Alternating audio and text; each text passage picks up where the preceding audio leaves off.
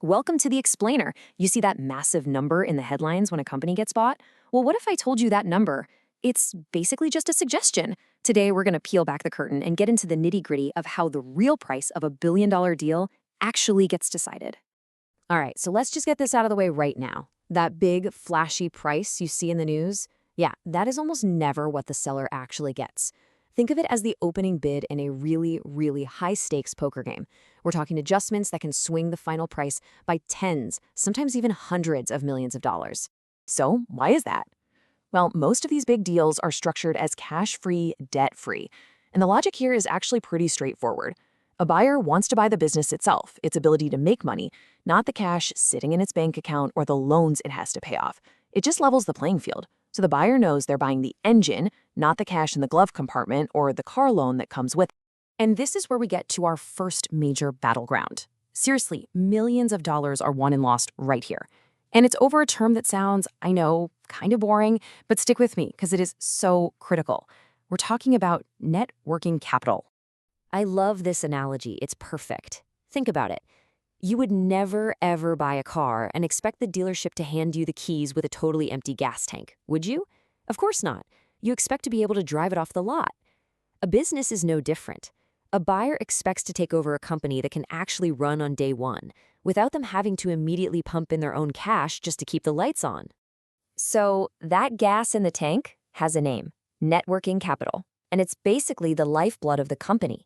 You take all the short-term stuff you need to operate, like your inventory and the money customers owe you, and you subtract the short-term bills you have to pay, like what you owe your suppliers. It's that day-to-day cash flow that just keeps the whole machine running. And you can probably guess what happens next, right? It turns into a total tug of war. The buyer and seller have to agree on a target amount of working capital.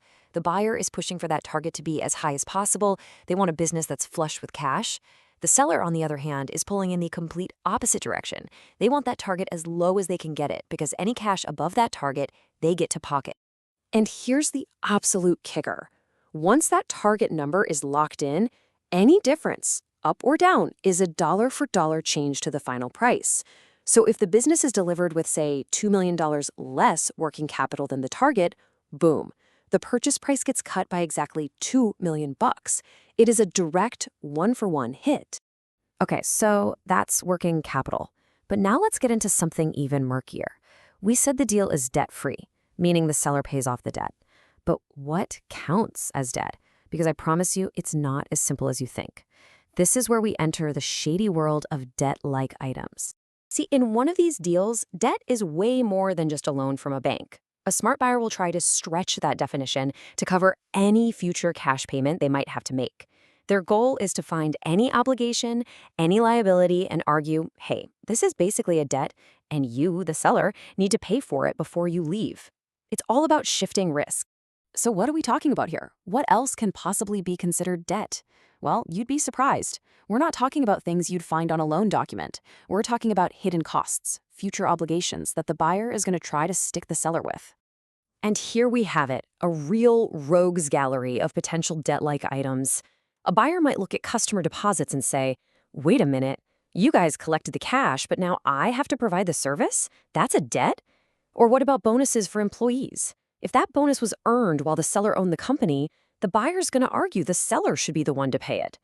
Every single one of these items is another chip the buyer is trying to take off the final price. All right, this brings us to the main event. In a lot of these deals, especially in software or tech, the biggest, most knockdown, drag-out fight comes down to one single line item, an item that can be worth millions, even tens of millions of dollars. We're talking about deferred revenue. So what is deferred revenue? It's pretty simple, actually. It's when a company gets paid upfront for something they haven't delivered yet.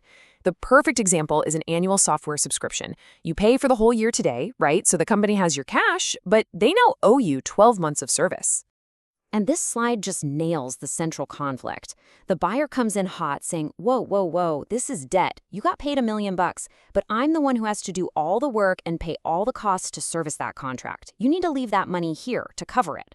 And the seller immediately shoots back, no way, this is just working capital. It's how we've always done business. It's a normal part of our cash flow, not some kind of loan. And I mean, the fight over this one point can make or break the final number. Okay, so we've had all these fights over working capital, over what counts as debt, over deferred revenue. So how do they finally land on the actual final price?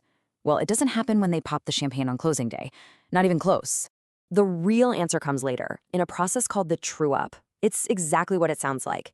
After the deal is done, the buyer gets like 60 to 120 days to go through the company's books with a fine-toothed comb.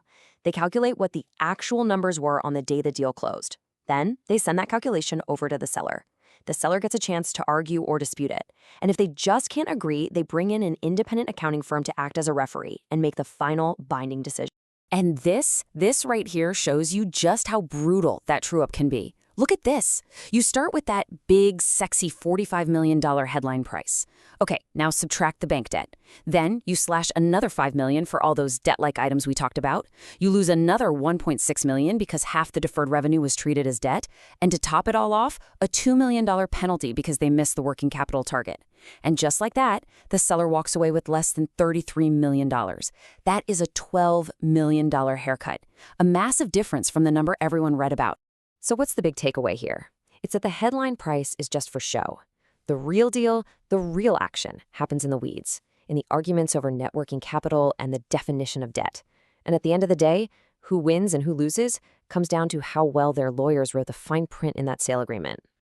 So now, the next time you see one of those billion-dollar acquisition headlines, you're not just going to see a single number, are you? No, you're going to see the starting line. You're going to see the battleground where the real price is actually won.